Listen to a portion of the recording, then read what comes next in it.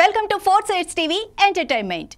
120 దేశాల్లో 50 ఏళ్ల కిందే రిలీజ్ అయిన మొట్టమొదటి ఇండియన్ పాన్ వరల్డ్ సినిమా మోసగాళ్లకు మోసగాడు.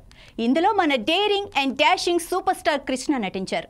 తెలుగు సినిమా రంగంలో సాహసాలకు, మొండితనానికి, మంచితనానికి మారుపేరు కృష్ణ. ఈ సినిమాకు అప్పట్లో 6 లక్షల రూపాయలు ఖర్చు పెట్టారు. మోసగాళ్లకు మోసగాడు సినిమాను ట్రెజర్ హంట్ టైటిల్తో ఇంగ్లీష్లోకి డబ్ చేసి తీశారు. తమిళంలోనూ ఈ చిత్రాన్ని డబ్ చేయగా మొత్తం సినిమా ఖర్చు 6 లక్షలు అక్కడే వసూలయ్యాయట. హిందీలో రిలీజ్ అయిన ఈ చిత్రం అక్కడ కనకవర్షం కురిపించింది. 1972లో రష్యాలో జరిగిన అంతర్జాతీయ చలన చిత్రోత్సవంలో ఈ సినిమాను ప్రదర్శించారు.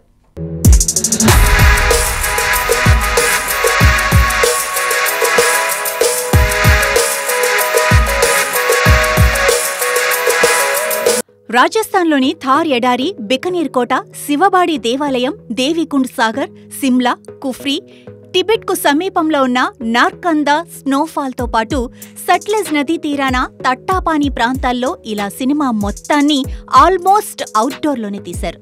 గుర్రాలు, చేజింగులు, సాహసాలు, అయ్యబాబోయ్ అవన్నీ కృష్ణకే చెల్లుతాయని చెప్పొచ్చు. కేఎస్ఆర్ దాస్, కృష్ణల కాంబినేషన్ అప్పట్లో లక్కీ కాంబినేషన్ చెప్పుకోవచ్చు.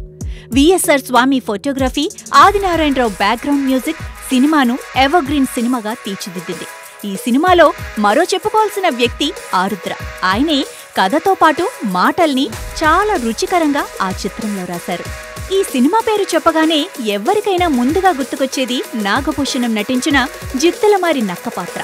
అందితే జుట్టు, లేకపోతే కాళ్ళు పట్టుకునే సిగ్గుశరం లేని పాత్ర.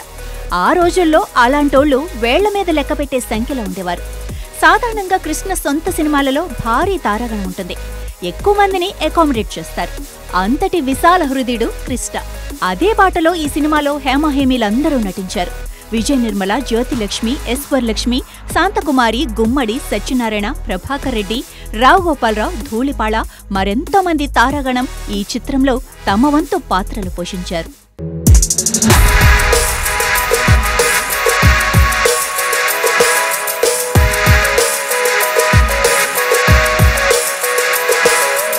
మోసగాళ్లకు మోసగాడులో కోరినది నెరవేరినది, కత్తిలాంటి పిల్లోయ్, ఎలాగుంది అభాయ లాంటి పాటలు బాగా హిట్ అయ్యాయి.